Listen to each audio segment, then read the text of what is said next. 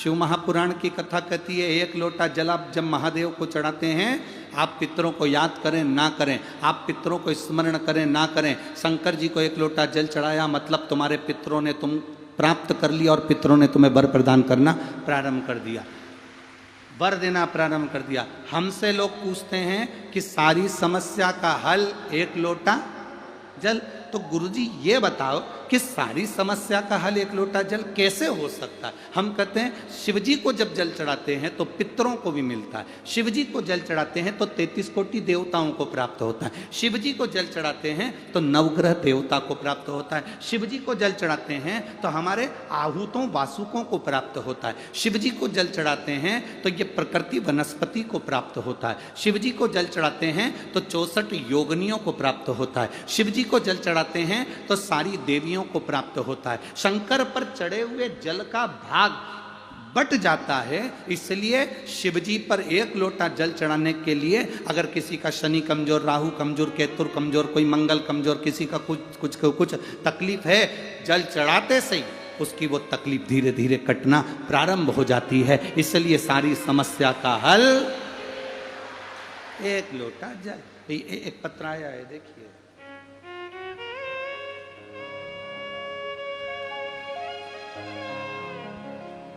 मैं रामेश्वरी साहू, मेरे पति तोषण साहू, कहीं बैठी हैं रामेश्वरी जी? मैं रामेश्वरी साहू, मेरे पति तोषण साहू, मैं ग्राम पतोरा, बेरला, छत्तीसगढ़ से हूं। कहीं बैठी हो तो हाथ हिला सकती हैं, अगर कहीं बैठी हो तो हाथ हिला सकती हैं। गुरुदेव, मेरी शादी को कई साल हो गए थे, संतान का सुख नहीं था। तब एक बार चैनल चेंज करते करते आपकी कथा टीवी पर दिख गई और उसमें आप पशुपति व्रत के बारे में बता रहे थे। बाबा का पशुपति व्रत मैंने करना प्रारंभ करा, अपने पति को साथ ले जाकर सफेद आंकड़े की जड़ निकलवाई, शिवजी के मंदिर में जाकर 21 बार घुमाकर लाल धागे में उसको कमर में बांध लिया। डॉक्टरों ने कहा था कि पता नहीं संतान का सुख आपको है कि नहीं है, पर बाबा की कृपा का मैं क्या गुणगान करूं गुरुदेव। केवल दूसरा पशुपति व्रत पूर्ण हुआ, तीसरा हुआ, चौथा हुआ, 5वां व्रत पूर्ण हुआ, पर मेरा गर्भ नहीं ठहर पाया। जब गर्भ नहीं ठहरा तो मैं अंदर से टूट गई कि बाबा ने मेरी नहीं सुनी। पर 1 महीना पूरा निकला गुरुदेव, और महीना पूरा निकलते से जब अगला सोमवार आया तो बाबा की कृपा से मेरा गर्भ ठहर गया और बाबा की कृपा से मुझे संतान की प्राप्ति हुई। गुरुदेव, 13 जुलाई 2023 को बाबा देवादिदेव महादेव की कृपा से, बाबा की करुणा से मुझे बाबा ने 2 पुत्र प्रदान करे हैं, 2 बेटे दिए हैं। मैं बाबा को यहाँ नमन करने आई। अगर कहीं बैठी हो तो अपने दोनों बेटों को लेकर आप व्यासपीठ पर आ सकती हैं। अगर कहीं बैठी हो तो अपने दोनों पुत्रों के फोटो आस्था वाले चैनल पर अवश्य दिखाएं, दोनों बेटों के फोटो आप लोग एलईडी पर और अवश्य टीवियों के माध्यम से दोनों पुत्रों के फोटो अवश्य। 2 बेटे हैं, शिव तत्व की प्राप्ति। शंकर ओघड़ी दयालु, अगर वो माता दोनों पुत्रों को लाई हो तो लेकर आ सकती है। शिव तत्व की प्राप्ति।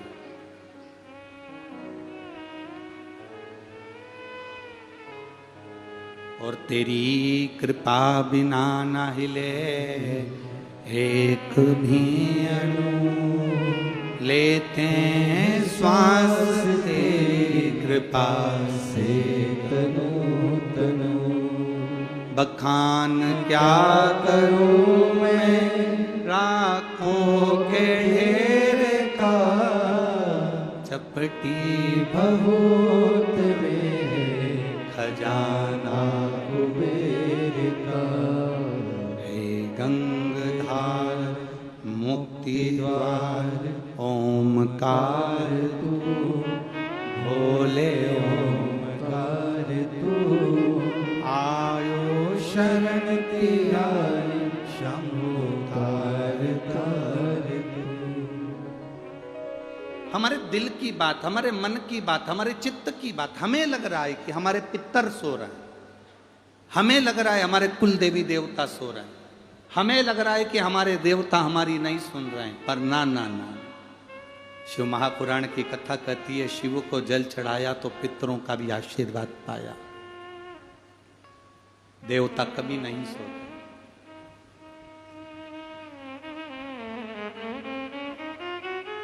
मेरी माताएं यहां बैठी हुई हैं, मेरी जीजियां बैठी हैं। आपका बच्चा 6 महीने का, पहले तुम सोती हो कि बच्चा सोता है? पहले बच्चे को सुलाती हो या तुम सो जाती हो? बोलो बोलो, जम के बोलो जरा। पहले मां सो जाती है कि बच्चे को सुलाकर सोती है? क्या करती है? बच्चे को सुलाती है, फिर मां सोती है। बच्चे की किलकारी सुनी, मां के नेत्र खुल गए। बच्चा जब तक नहीं सोता, मां उसको हृदय से लगाकर स्तनपान कराती कराती थपथपाती हुई उसको सुलाती है। मां को नींद नहीं आती जब तक औलाद ना सो जाए। अब लोग कहते हैं कि देव सोनी एकादशी पे देवता सोते हैं, देव उठनी पर उठते हैं। 4 महीना अगर भगवान सो गए तो कोड़िया वालों एक नहीं दिखने वाले।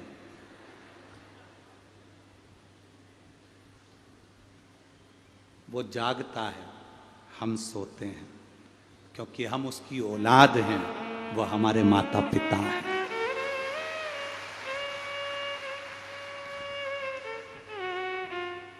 हम औलाद हैं उनकी, वो हमारे माता पिता हैं। माता पिता बड़ा ध्यान रखते हैं महाराज। बहु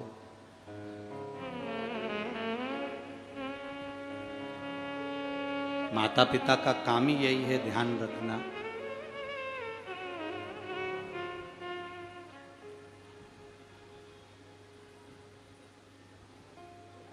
कि बेटे पुकारें